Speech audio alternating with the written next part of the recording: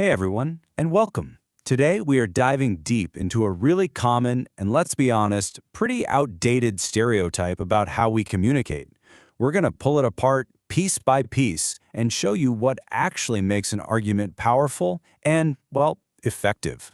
So, let's just get right to the heart of it with this one question. Emotion versus logic. Is that even a fair fight?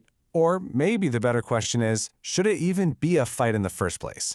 That's the core idea we're going to unpack together. All right, first things first. We have to tackle this huge misconception that's floating around out there.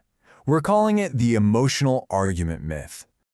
Yeah, I'm sure we've all heard that one before, right? It's a classic. But think about it. That's not really a counter-argument, is it? It's a shutdown.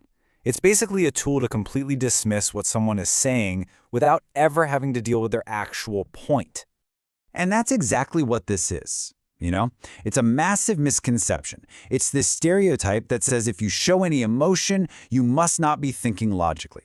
And as our source material highlights, this is a tactic that gets used to dismiss arguments from women all the time, judging them based on old-fashioned ideas instead of the actual substance of their words.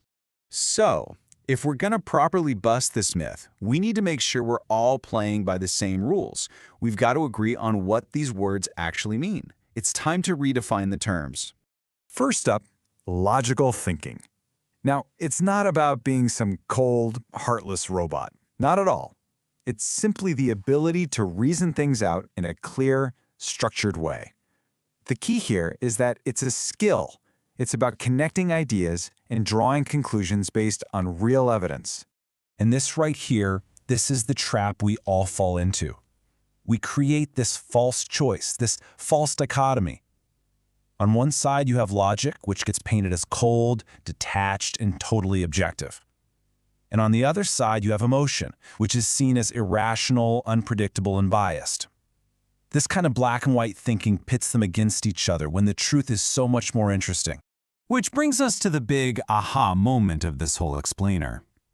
We need to completely rethink this relationship.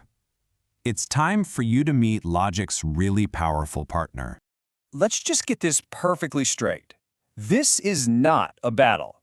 It's a partnership, a team.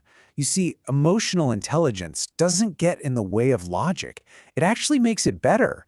They're meant to work together. And this shows you exactly how it works in practice. So, step 1, you use your logic to analyze the facts, the evidence. But then, and this is key, step 2, you bring in emotional intelligence to really understand who you're talking to and the context of the whole situation. Then, you get to step 3, you put them both together. You synthesize them to build an argument that isn't just factually correct, but is also persuasive, empathetic, and way more effective. Okay, that makes sense, right? But it raises a huge question. If this partnership is so powerful, why on earth does that emotional argument myth still stick around? Well, that leads us right into our next section, the bias blind spot.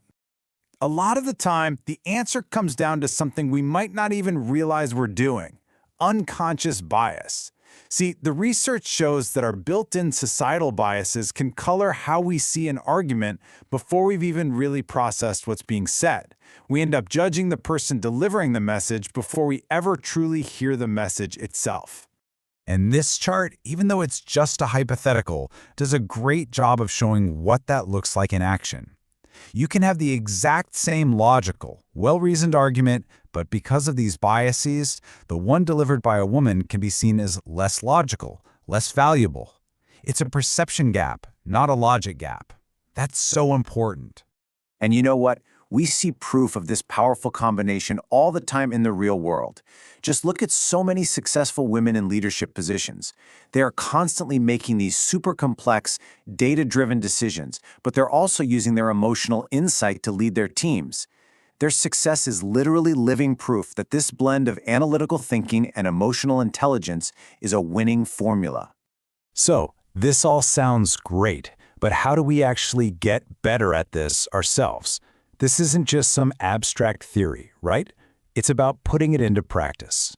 Our final section here is packed with real, actionable advice for absolutely everyone who wants to be a sharper thinker and a better communicator. The most important thing to remember is that these are skills, and just like any skill, you can build them. Practice breaking down big, complex ideas into smaller parts. Get in the habit of questioning your own assumptions. That's a big one. Always try to focus on evidence, and do your best to avoid those cheap logical fallacies like ad hominem attacks, where you attack the person instead of their actual argument. And I have to stress this because it's so important. This advice isn't just for the person who's making the argument. It is just as crucial for the person who is listening to it.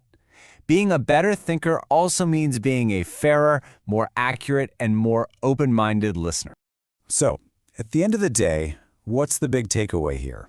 It's this: the strongest, most compelling arguments aren't the ones that are cold and totally devoid of emotion. No, they're the ones that skillfully blend crystal clear reason with genuine human insight.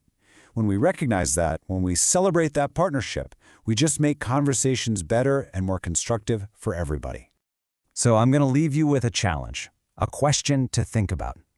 The very next time you hear someone making an argument, anyone, about anything, are you going to listen differently? Are you going to try to look past the delivery and really find the logic inside? Something to think about. Thanks for tuning in.